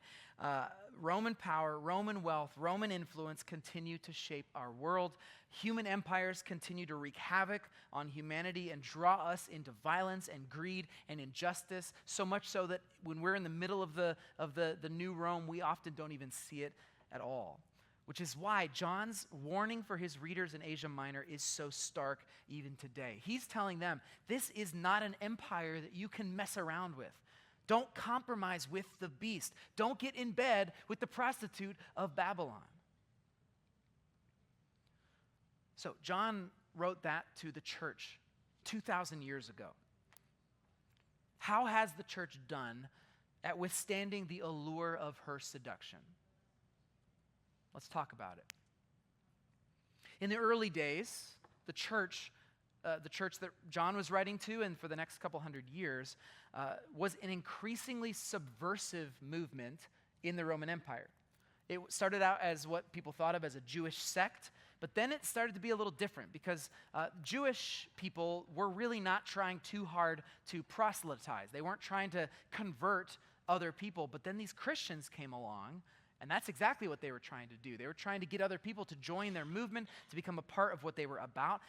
And so you saw with that growing proselytization, you also saw a growing persecution of the church. We talked maybe last week, I don't remember when, about the great fire in Rome that Nero blamed on the Christians, burned Christians alive as punishment for it. We have tons of records of executions and martyrdoms of all kinds of people in the arenas being murdered by gladiators or eaten alive by vicious beasts, etc., for the entertainment of the masses. So much so that this persecution got so bad that they began to have to worship in catacombs, the places where the dead were buried, because that was the only place that they could find a way to secretly meet and have the body and blood of Christ and be able to meet without the fear of being thrown in jail or killed because of their faith. And yet, as we've talked about, that was also when the church began to spread like wildfire. Because in that heat of persecution, something about that began that this message of Jesus began to spread like crazy. As these martyrs were going to their death, singing hymns, seemingly having a supernatural peace about them, other people wanted a part of what they had, and so the church grew like wildfire in Rome. But then, in 312 A.D., we come to the Battle of the Milvian Bridge. Constantine was the emperor at this time, and he was just a normal Roman emperor until he had a vision before this battle. What historians think what they think that he thinks he saw was this symbol here, the Chi Rho symbol, which was an early church symbol that represented the Chi symbol in Greek and the Rho symbol in Greek, which mean Christos, C-H-R, basically, Christos. And so apparently the story goes that Constantine saw that symbol in the sky, and he heard or saw the words, "In this sign, conquer." In this sign, conquer. And as luck would have it, he went on to be victorious in that battle, and then that led to him officially converting himself to Christianity. One of his first acts as a Christian was to end widespread persecution against Christians. There were still localized pockets, but he ended empire-wide persecution against the Christians. And then, as I said, he moved the empire's capital over to Constantinople. So from this point on, from the Battle of the Milvian Bridge on, we had a wedding of imperial power and Christian influence. A couple emperors later, in 380 AD, Christianity became the official state religion of Rome. So all of a sudden, the Christians, who not that long, like 100 years before, were meeting in catacombs because they were afraid for their lives, are all of a sudden at the top of the heap. The Roman Empire is now a Christian empire, which may seem at first glance like a victory. It might. You might look at that and think, okay, we did it. We did it. We won, right? In this sign conquer, Christos, Christ is on the throne. And yet, let's think about what happened almost immediately afterwards. In the next 100 years after Christianity became the state empire of Rome. First of all, remember me talking about the imperial cult and how being a priest was not like a religious thing. It was like a way to have more power in your society. Well, guess what started happening to Christian priests and bishops? That became an office that people would seek, not because they felt called to the ministry, but because it was a ticket to wealth and influence. They weren't doing it because they were open to suffering and martyrdom. They were doing it because it was their meal train. They could become influential and wealthy. Church buildings, we see this in archaeology almost immediately. Church buildings suddenly became these beautifully well-decorated and magnificently built cathedrals. No more earnest and risky meetings in the catacombs. All of a sudden, we can meet in these gilded palaces with stained glass windows. The Hagia Sophia that I mentioned before was built in the 500s, and that's only like 150, maybe 170 years after this transformation happened. It was one of the most beautiful cathedrals ever built. And then, of course, you began to see that imperial wars started to have the backing of the divine. Remember, in this sign, conquer, that became kind of the headline of what I'll talk about later, what's called Christendom. So in this sign, conquer, all of a sudden the wars against the Goths or the Persians, they were done with the favor of Jesus overlooking them. The Crusades, obviously, it's a perfect example of taking the kingdom of heaven to the enemies of God and destroying them on the earth. I could even make the case, and we don't have time, but I could even make the case that Islam as a religion, it was founded as a result, in the first place, because of the hostile posture of Christian rulers towards Eastern peoples. I could make that case. And so even Islam itself was founded because of this imperial, so-called divinely backed guidance to go and conquer the world. And a little side note in history is as Islam was on the rise and the Byzantine Empire, aka the Romans, were pushing back and going to war and oppressing Muslims, the Muslim peoples went significantly scorched earth on what's called the Church of the East. So essentially, the branch of Christianity, you've heard of Eastern Orthodoxy, but there's an even further Eastern branch of Christianity that was kind of taking root in Persia and in the East and Iraq and all that area. They got completely decimated to the point where they almost completely lost their influence on the world stage. That was a Muslim response to the Byzantine response to the rise of Islam. So it was again, tit for tat, violence leading to more violence, and now we lost an entire branch off the tree of Christianity. I'm just saying. As the leaders of the church over time became enmeshed with imperial power, suddenly the way that they dealt with people on the outside, heretics, let's say, or outsiders, started to kind of ring a little bit of some familiar notes from some of the stuff that we've already talked about, like torture and forced confessions or mass executions, the Inquisition, witch trials, wars between different Christians, right? This is all stuff that suddenly is becoming normal and endorsed by the church-run state. And let's not forget the countless ways that horrific immorality of different kinds just completely crept into the church over the generations as the church accommodated the demands of the empire that we serve. So here's the title of what this entire era of Christianity is called, in my opinion. There's other people who would define it differently, but I think this word fits. Christendom. Christendom, which is when the church holds the power of empire. Christendom.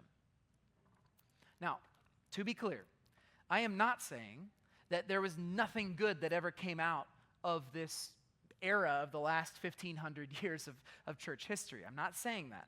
There have been beautiful things that even were made possible because of the favor of empire, like ecumenical councils, the Nicene Creed, the Council of Ephesus. And these are councils that help us as the church define our core doctrines. And so that would not probably have been made possible if everybody was still meeting in the catacombs. So that's a good thing.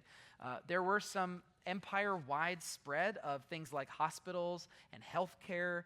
There were things like the monastic stewardship of key documents during the what is now not apparently allowed to be called the Dark Ages. People don't like that anymore. I don't know why yet.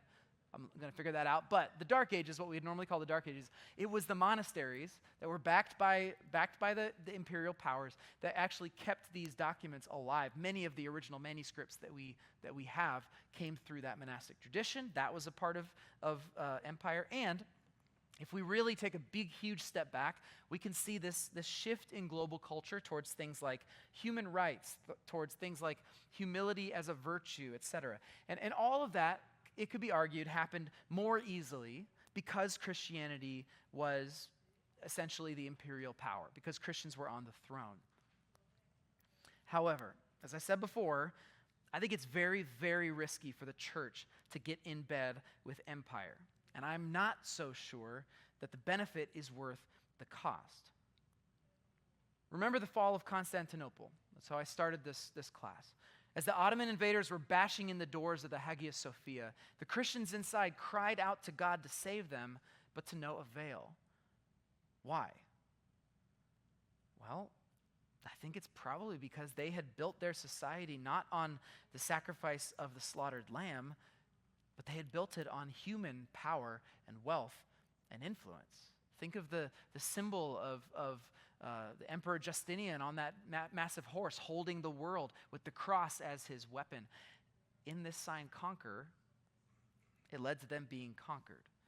They had built an empire of the earth instead of trusting in the empire of the heavens. Which brings us to today.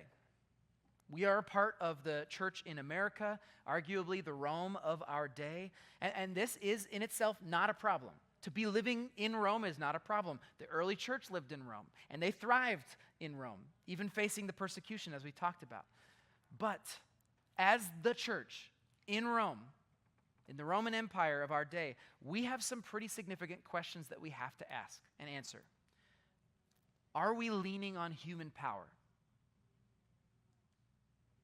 Are we inured to the trappings of wealth? Are we under the sway of our empire's influence?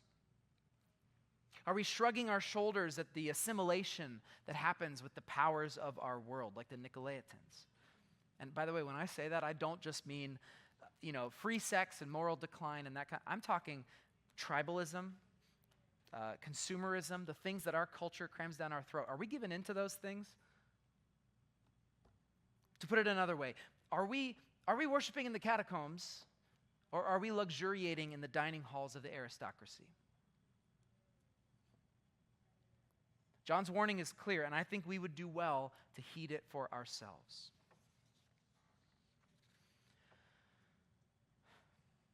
So that's John's warning for the church.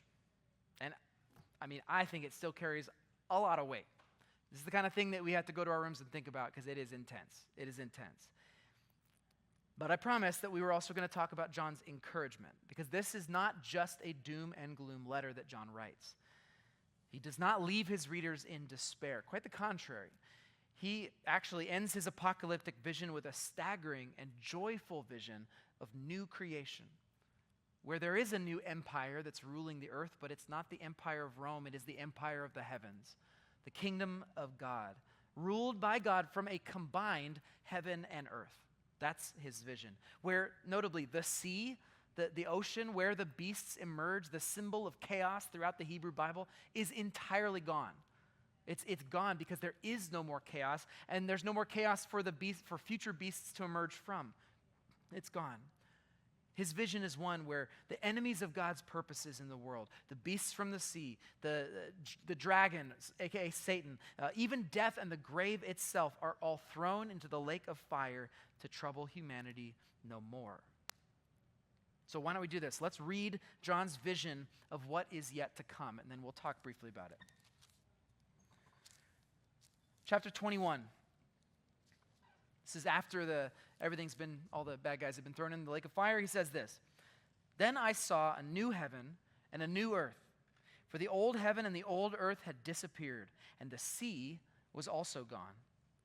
And I saw the holy city, the new Jerusalem, coming down from God out of heaven like a bride beautifully dressed for her husband." I think we're meant to imagine that woman that we met earlier, the woman that represents the people of God. I think that's a pretty clear association.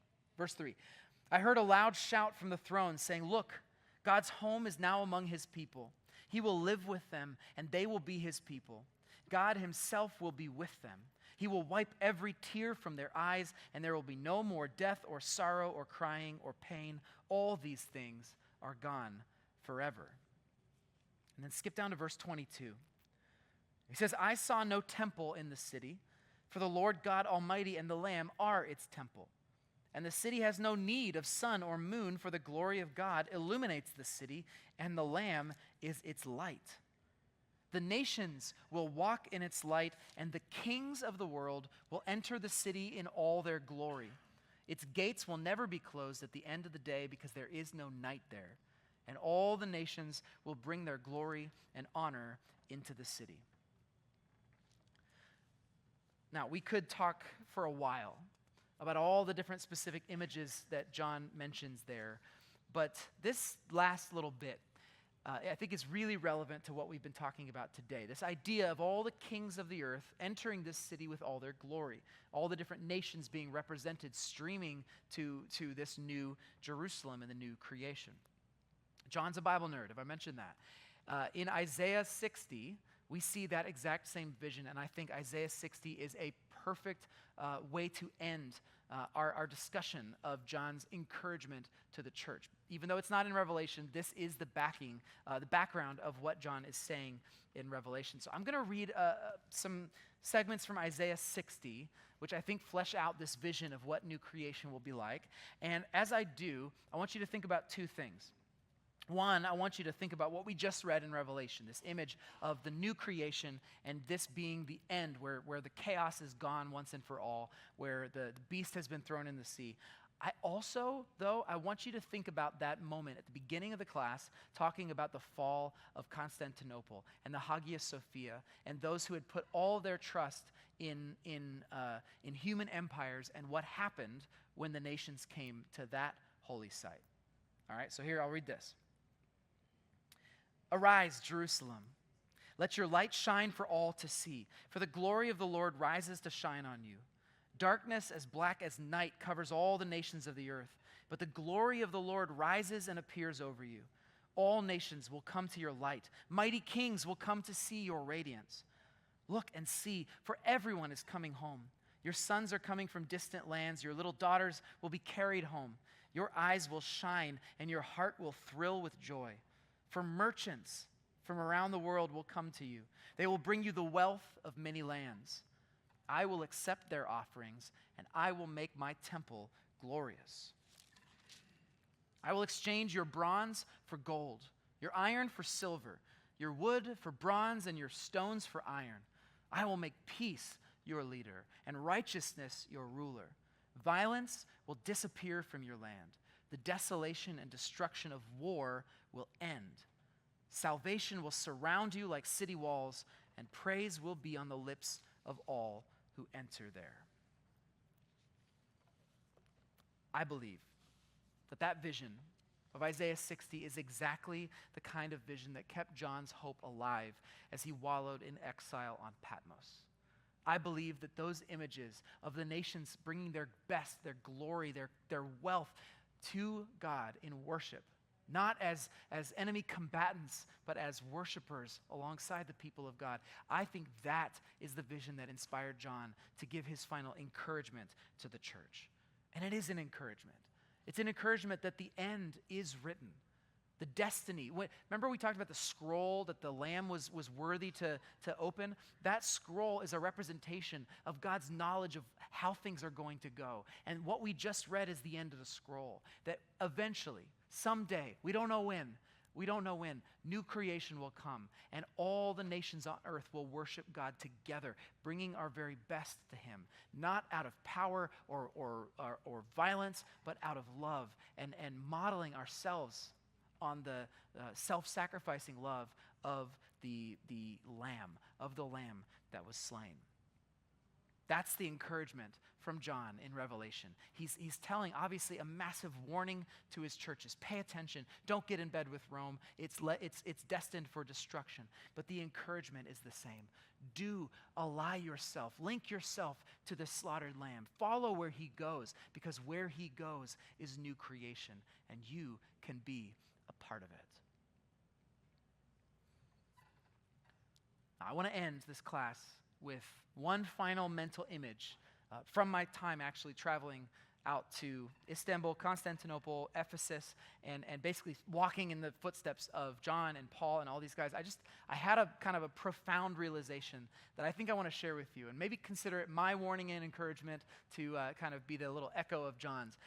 So when I was in, obviously I was in the Hagia Sophia, and I was just astounded at the fact that this once great cathedral is now a mosque. And that kind of echoed with me as I went to the Basilica of St. John, which I showed you guys, I think, in week 2 when I talked about John the author. Anyway, the Basilica of St. John is where they think John is buried, and it's just outside of Ephesus. If you're standing in Ephesus and you're looking to where the Temple of Artemis was, there's a hillside, and up on the top of that hillside is where the Basilica of St. John was, where apparently John was buried. And above that is a Byzantine castle. So this basilica was built around the same time as the Hagia Sophia, and it was gorgeous, it was beautiful, it was done in the Byzantine style, it was well decorated, it was incredible. And they used a lot of the stones that they found in Ephesus. They took stones from the Temple of Artemis to build this Basilica of St. John. They took stones from the Temple of the Sebastoi in Ephesus, the temple that was once dedicated to the Roman emperors. Now they're using it to honor John himself. They're using it to build this magnificent church, which will eventually be surrounded by these magnificent Byzantine walls. And it's like a perfect example of human power and divine power mixed as empire and Christianity come together in Christendom. And yet, what did I see when I went to the Basilica of St. John? Ruins. Because that's all that's left. The ruins are just there. There's pillars lying on the ground. You can see the outline of some parts of the building, but there's just really nothing left. And I had a moment as I was walking through the Basilica of St. John where the call to prayer came on. And I could hear it echoing over the city of Selçuk and up the hillside to this basilica's ruins. And it was just a stark reminder of the fact that Christianity allied itself with empire, and all that's left is ruins. And who's ruling now but the Muslims in that area? And so it was a shocking thing. And then I finally, after going to Ephesus and walking the streets of Ephesus, I went to the Temple of Artemis. And as I'm standing in the Temple of Artemis, there's almost nothing left, right? There's like a couple little pillars. There's like a little stone here. There's almost nothing left. They barely could find it. They finally found it. Anyway, so the Temple of Artemis, which once was such a massive part of the city of Ephesus, is now in ruins. And I had a moment, just a little glimmer, thinking of Ephesians 6, where I was like, that's right, Artemis. We beat you. The Christians won, because look, there's nothing left of you now. And then I looked up, and I saw the ruins of the Basilica of St. John. And then I have just recently learned that right at the base of that hill is a mosque that was built with, guess what? Stones from the Basilica of St. John. And I had like an epiphany in that moment where I realized, oh, all of this, when we ally Christianity and our faith with human power and the power of empire, all we end up doing is swapping stones. That's all we're doing. We're swapping stones. We're not actually building anything that lasts. We're building things that are destined to end in ruins. But do you know what still lasts? The legacy of books like Revelation, the legacy of the writings of the apostles, of the church that they founded, which is continuing to this day. That is our power. That is our strength. It comes not through human might. It comes not through human ingenuity and our architecture and beautiful buildings. It comes through the humble servants of God who live out their lives representing new creation everywhere they go and walking as living martyrs, as living witnesses and those who have a testimony to share of how God, who sent his son in love to this world, as the slaughtered lamb, showed us a new way to be human, a way that does not depend on human power, but solely on the power of our self-giving God. So that's what I want to leave you with tonight, because guys, that to me is what John would want us to pay attention to. This story is not over yet. We're still living in the days of the beast, but we know how the story will end. Let's live that end with every day of our lives. Let's pray. Father God, thank you. Thank you for John or whoever wrote this book. Thank you for his willingness to put into words these provocative images that still light our imagination up. Thank you for giving us these warnings, these encouragements, so that we are not left bewildered in a world full of human power, but that we are able to stay true and stay focused entirely on who you have called us to be. I pray, Father, that as we live out this collapse of Christendom in our time, I pray that we would find a way back to what the early church taught us, about the power and the resiliency of a faith that is built on trust. The church of the catacombs, Father, let that be true again, that we can see the gospel spread, not because it is at the end of a sword, but because it is coming from the mouths of those who have given their lives, just like our Savior. So, Father, we trust you, we follow you, and we ask that you would remove from us all of these echoes of imperialism that have so poisoned the well of our faith. Let us be pure and holy yet again as we live out your gospel message into a broken world. We yearn for new creation, and we wait, Father, for your Son to return. So, Father, Maranatha, would he come soon, I pray. Amen. Okay, amen. Thank you. Thank you, guys. That was an awful lot of content, but I really, really appreciate you guys being here, and I hope it was helpful. I hope it was, at the very least, not boring, and it was at least something that you might take and take with you into your reading of Revelation and other books, because there's obviously a lot of crossover. Why don't we end with just at least a few, if there are any questions or final comments or anything that we can just discuss here before we wrap? Yeah.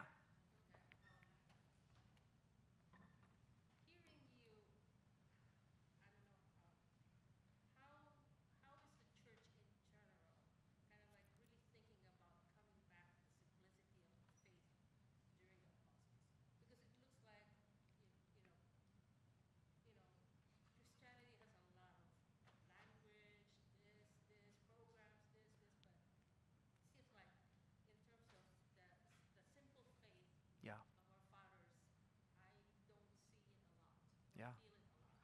Yeah. Yeah. The question is, how is the church able to or going to recapture that simple faith of our fathers, of the apostles? To me, I don't have a short, simple answer to that, because I think that's our generation's task to figure out. Because I think I mentioned in my prayer, I should have said this in the class, I kind of think that Christendom, that idea of Christianity and the power of empire being wedded, I kind of think that time is at an end. It started to die as rationalism and the Enlightenment began to question, Christianity's hold over thought. And then even in more recent years, we've seen that a lot of young people are fleeing the church, even as evangelicals are trying to maintain political power in our country. And it's just like, it feels like we are at the last gasp of Christendom, but we're not at the last gasp of Christianity, which means that we now have an uncharted path ahead of us of what does it look like to, as you said, recapture that faith, that simple faith of our ancestors. I had a very interesting, I can't remember the specifics of it. Recently, I'll just say I've had several interesting moments where I've recognized that, there are people in our midst who literally have no idea who Jesus is. Like, we're in America, and there are people who don't know anything, or they don't know anything about the Bible. They don't know anything. I mentioned the Old Testament in one of my sermons, and someone came up to me and said, do I get a different book for that? Like, which one is that? Like, we are now in a territory where there are genuinely people who do not know anything about our faith, which that's obviously a sad thing for people who have been a part of a very Christian nation or Christianized nation. But I also think it's a significant opportunity. I was just thinking recently about starting a Bible class that I was thinking maybe if I could start with a Bible class that is purely for beginners that know nothing. And I don't have to, if I do that class, I don't have to do any deconstruction. I don't have to say, well, you've heard this a lot, but this is actually what it meant. Or I don't have to do any of that because they don't have any background at all. And that got me really excited. It feels like there might be an opportunity to start from scratch with some people in ways that we haven't been able to before because everybody was coming in with preconceived notions. But I guess my bottom line is I think I don't have a solid answer for you because I think it's what I plan to spend the next 30 years of my life trying to figure out. I feel like we are now at the very beginning of a turning point, and we have a lot of questions to answer. My hope is that the younger generations are able to discover a kind of powerful faith that is not so tied down with so much of the baggage that we've brought into it. And as they do, I hope and I pray that the older generations will have the courage to listen and to see what the Spirit is doing among people that don't have the same preconceived notions that we do. So totally not an answer to your question, but those are the things I think about when you talk about that question. So we can talk more about it after, but that's really good. What else are you guys thinking or wondering? Sue.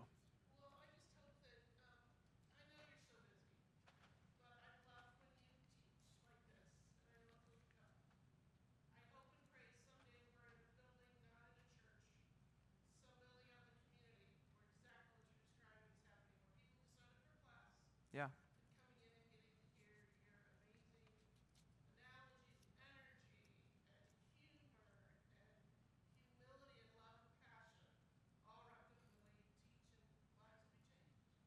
Well, thank you, Sue. Thank you, guys. That's very nice. For the sake of the online audience, Sue just heaped a bunch of praise that was probably unnecessary and uncalled for. But yeah, I share your dream, not just of me. I would love to develop a whole generation of people who are just have the gift of teaching, and that we can kind of unleash them to share the truth and to enlighten a new generation with these truths and bring the Bible to bear. Because I mean, man, just even in my own journey, I didn't almost ever care about the Old Testament until like a decade ago, and now I don't know what my understanding of the Bible would be like if I didn't spend so much time there and things like that. So I would love to just share some of that joy with other people, and I hope I do get more opportunities. So thank you, Sue. That's really encouraging. Yeah.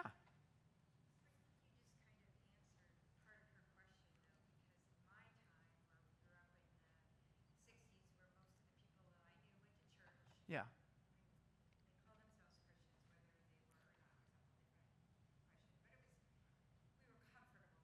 Yeah.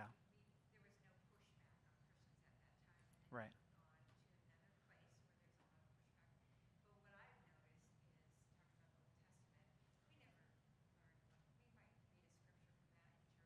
Right.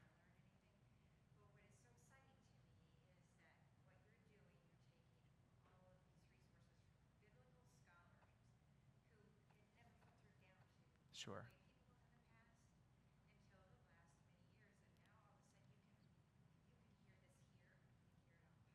Yes.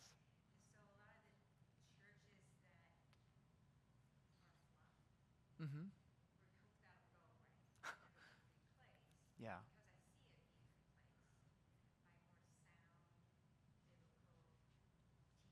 Yeah. Yeah. Yeah. Yeah.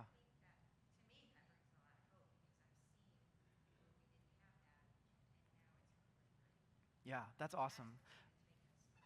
I agree. I totally agree. I won't repeat everything you said, but the crux of it, if I can understand correctly, is just how exciting it is that there are now these new avenues that are doing that deep biblical scholarship, but presenting it in ways that are accessible. I think of the Bible Project as a great example. Their podcast is one of the chief ways that I routinely stay connected to this type of stuff.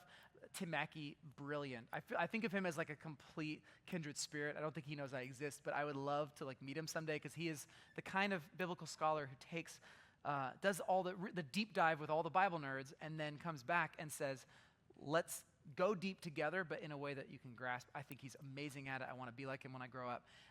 I also love that people like N.T. Wright are bridging the gap between the New Testament and its world. He literally has a book that just came out called The New Testament and Its World, or In Its World. And I love that he's taking some of the archaeology and the history and helping it make sense of what we're reading in the New Testament in a way that normal people can understand. I feel like, we're at the beginning of like a lot of great opportunities like that. And I hope I can at least offer like a small contribution into that. So I've been really surprised at how much I've loved the background stuff of this class in particular, specifically the imperial cults. I had no idea. I went on a whim. This is how the Holy Spirit works, I think. On a whim last year, things were really rough, and I needed to get out of town. I had $1,000 of credit with Delta from a flight that got canceled in the past, and I was like, all right, I need to go somewhere in the world. I need to get out. I've got a week. So where could I go? And I thought, well, at one point I thought maybe I'll go check out the ruins of Ephesus someday. And I looked up on Delta's website, how much is a flight to Istanbul? $1,000, like $998. And I was like, okay, free flight. So I booked the flight, went to Ephesus, and it began like what the last year and a half has been, or year and a few months has been an absolute wild roller coaster. I'm literally like doing video calls with archaeologists now because when you take an interest in like that building that they're the expert in, they're like, you want to talk about that? Sure. So it's a blast. So I'm at the beginning of my journey and I'm having an absolute blast. So, Father.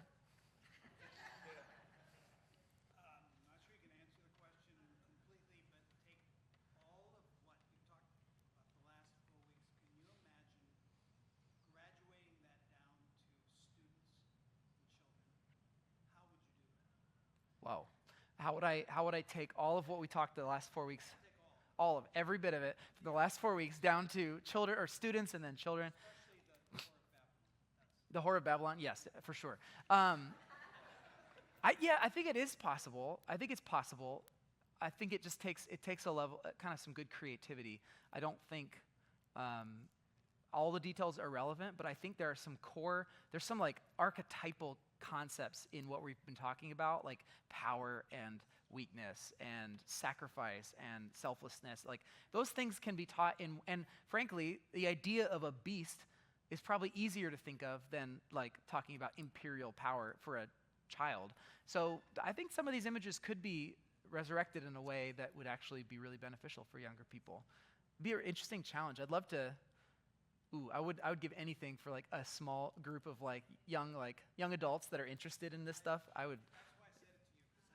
Oh yeah, I'd be all about that. That'd be really fun. I love the chat. Well, like in July, we're doing a sermon series called "Explain It Like I'm 5," where we're going to do the same concept, basically taught to a 5-year-old, a 15-year-old, and a 50-year-old. Basically, like a teen, a child, and an adult. And so, we're going to do like the Trinity. We're going to talk about like Christ and the Father and the Holy Spirit and us and the church, basically, and try to explain like the incarnation to a 5-year-old. I'm pumped. I cannot wait. So, I love that stuff. Yes.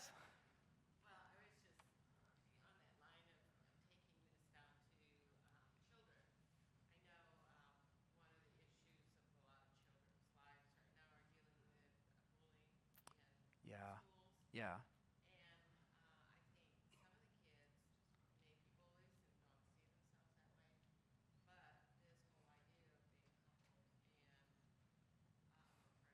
Hmm.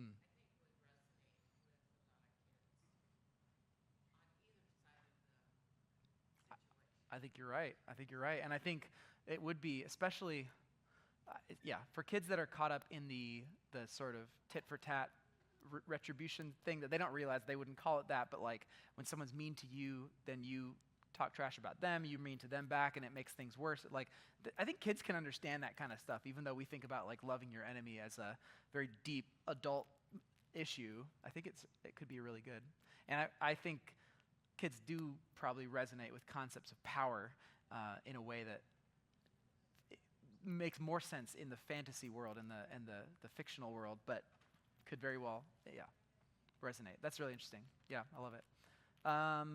Maybe one more, and then we can wrap up here, or two more, or no more. Yeah. Still kind of thinking about the question about this, getting back to simplicity and things like that.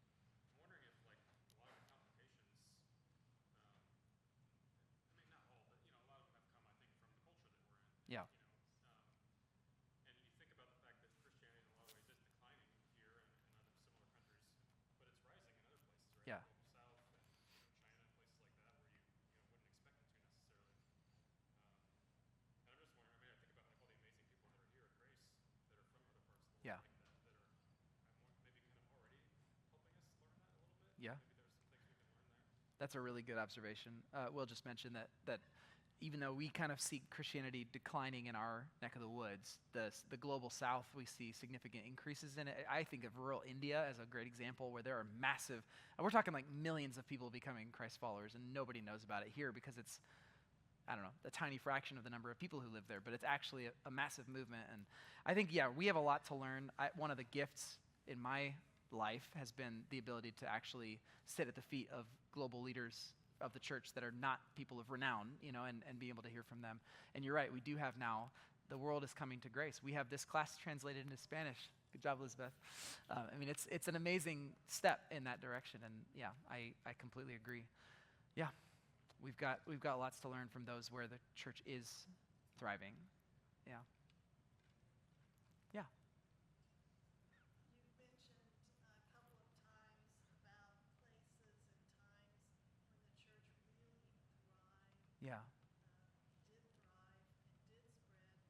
did thrive, and did spread because it was under persecution. Mm-hmm. And I really think sometimes that as we looked at current culture and kind of bemoaned the pushback and the marginalization of traditional Christianity and the culture today, I wonder when I look at that if that comes to more of a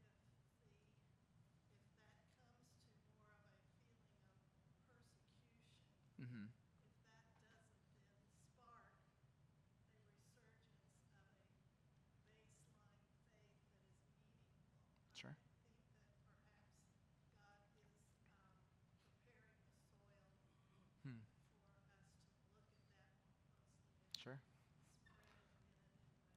Barb is mentioning the possibility that as we see some greater opposition to the church in our culture, that maybe that is God preparing the soil for us to experience a bit more of that persecution, which could then be a catalytic movement for the church. I think it's definitely possible, although in our context, I always ask this question when it comes to questions of like opposition to the church, and it's, are they opposed to the gospel, or are they opposed to us being jerks? And if they're opposed to us being jerks, I don't think it's persecution. I think it's probably justified. So we have to like do some significant soul searching and find out what are people actually against, And like, for example, there were people, Tim Ayers always tells this story. He's one of our teaching pastors. If you're not, most of you were in his class, you know who Tim Ayers is, of like a neighbor that he was talking to who would never be caught dead in a church. And Tim one day asked him, like, well, what do you think churches should be doing in this world? And he listed off, caring for the poor and the marginalized. They should help out families with disabled children. He listed off all these things, which like our church is doing, but the reputation of Christians in our culture has made it so that man who thinks that this is what a church should be doing, it will keep him from ever coming inside our doors. And so that's where it gets so muddy. And I'm like, I feel like our gospel would not be offensive. It might actually be very attractive if it was somehow rid of all the stigma that comes because Christians have been jerks. And that's the credibility gap that I feel like we've got lots of work to do to figure out how to bridge. But yeah, you're right. I think, I hate to say it, but there are times when I wish that we experienced a bit of persecution, because I think it would really separate the wheat from the chaff, and it would really make people take their faith seriously. If I'm going to suffer for this, am I really willing to be on this boat? So I, broadly speaking, I think perhaps that is where things will head, and who knows, but God knows, and He's got us in His hands. Yeah. Yeah, absolutely. Absolutely. It adds value to our faith. I agree. All right, friends, I have talked your ear off for 4 weeks. You deserve a break. I deserve a break. Let's all just go take a break. All right? This is awesome. I love you all. Thank you for sticking with me for 4 weeks. We'll do this again sometime. All right? See ya. Thank you.